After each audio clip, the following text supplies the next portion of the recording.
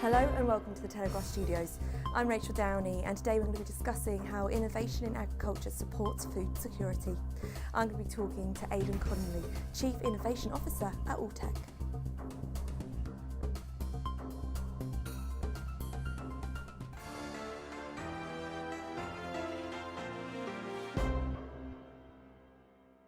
Hello Aidan. Hello. Aidan, 5 years ago, no one even spoke about agriculture. Nowadays, I do this, I go in the supermarket, I look at ingredients on everything, my friends do. What's changed? Rachel, I have to agree with you. I think that agriculture has seen people are much more interested in where their food comes from, and the impact of that's had on agriculture has put agriculture front and centre in everybody's discussions and everybody's debates. I think there are three probably primary reasons for that. Food prices have gone up. That has had some political implications, maybe even the Arab Spring. I think that we've seen also tremendous interest in food safety and food sustainability. Food safety perhaps specifically places like China, but food sustainability all over the world. And finally, agriculture is embracing some really novel technologies, even things like drones, in a way that suggests that we will see some big improvements in productivity over the next few years. We all understand the gravity of this, so what are we going to do about it? In terms of what we're doing in agriculture, we have a gap of about 30% between what we actually achieve in performance, in productivity in the field, and what we could be achieving given the genetic abilities of those plants and animals to produce food.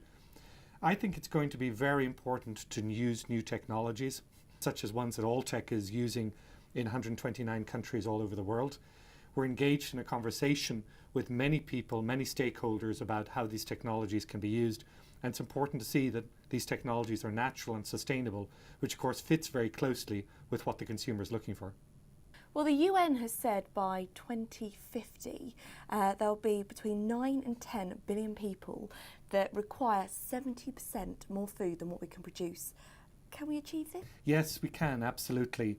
I think we've shown in the past that through the growth and through the improvements in productivity, that we can actually achieve 1.7% more food each year from wheat fields, from corn, and from the production of meat, milk and eggs.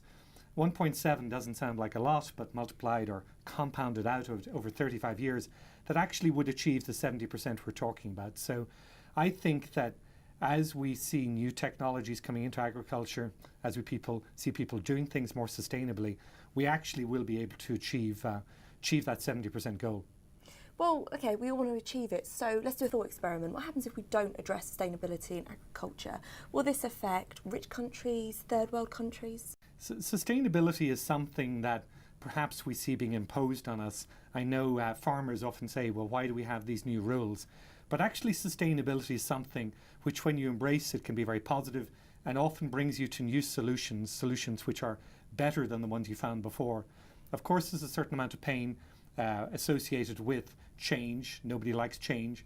But I think sustainability is not just a challenge which is very exciting and very rewarding for the, let's call it, for the developed world, but also for the developing countries. By embracing those new technologies, you end up in a place which is more productive, indeed more profitable for them as well.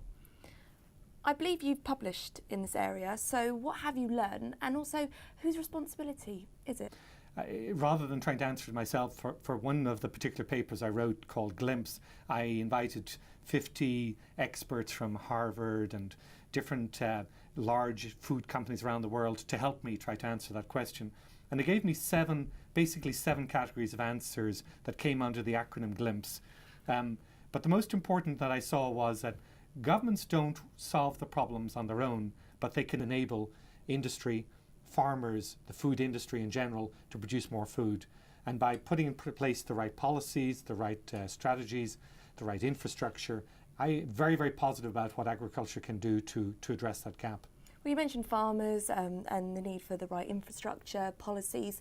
So do we have solutions for the worst case scenario? I suppose when we see stories in the press referring to farming and agriculture, we often hear of these worst case scenarios. But actually today, the genetic potential of production for things like wheat and potatoes, tomatoes, eggs and milk is on average 30% above what we're actually achieving in the field. So that shows you the potential to produce more food is tremendous.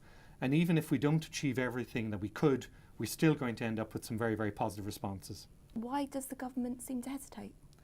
Governments, of course, are very influenced by voters. Voters like their food, not just to fill their bellies, but also to know the food is safe, that's produced in the right way, sustainably, that it's sourced from the right sources. So I think agriculture is a very sensitive subject for many, many governments. They want the food to be safe, they want it to be sustainable. But I think increasingly they are realizing that also it can be a very positive thing, very positive in terms of the ability to see how farmers can produce food that consumers want. You mentioned there the safety, again, sustainability, farmers needing to produce maybe more food. What can science and technology do? Actually, I think that science and technology is doing a lot. I think scientists have done a tremendous job of introducing new technologies. What perhaps they haven't done very well is helped us to communicate to consumers why those choices, why those technologies are safe or consumer friendly. I hesitate to bring up the example of genetically modified organisms, and without addressing whether that's a good technology or maybe not a great technology, I just want to point out that that technology has not been communicated to consumers in the right way. They don't fully understand if the technology is safe. They don't feel comfortable with it in many, particularly of the developed countries. So I would feel communication has perhaps been the weakest part of what science and technology have been doing so far. So how do you solve this communication problem? In Alltech, we've learned to talk to everybody. We talk to food companies, we talk to seed companies, we talk to people involved in from supermarkets to the food chain in general, consumers.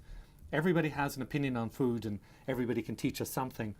And I think in particular, this 30% gap, the gap between what we achieve today and what we could achieve if we achieved the genetic capacity of plants and animals to produce food, in order to achieve that, that can be done quite easily, we feel in Alltech with the technologies we have, but it also involves critically communication with all levels of the food chain. Are there any health risks, environmental risks with this? I'm very, very positive about what science brings to the table, but this is another interesting area because, of course, I've had some opportunities to work with academics, and they asked me, could we try to look at what the food industry sees moving forward? So I'm in the process of doing that with 50 food companies, the largest food companies in the world, and asking them to give some insights into where they see food going in the future and what the possible risks are. Of course, the risks come from things like sourcing food. They go into the sustainability of food.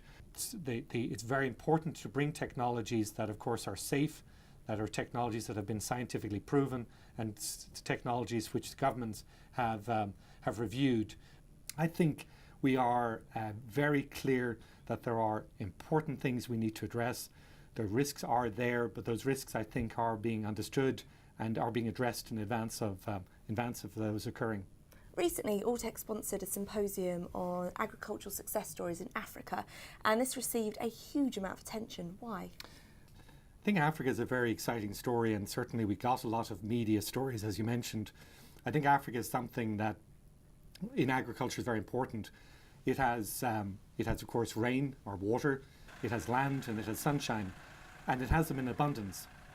And that makes it very important from the ability to produce crops, vegetables, of course, milk and meat, and something that perhaps we don't have to the same degree in the rest of the world. That symposium, we focused on success stories of farmers who are producing food for agriculture naturally and sustainably, efficiently. I think it's very interesting because Africa looks like it's not just going to be able to produce food for itself, but also to be able to produce food maybe for export to the rest of us. Have you ever thought about taking the symposium idea out of Africa and putting it somewhere else in the world? Actually, that is something we're going to do. In the month of May, we have our Revelation, it's called.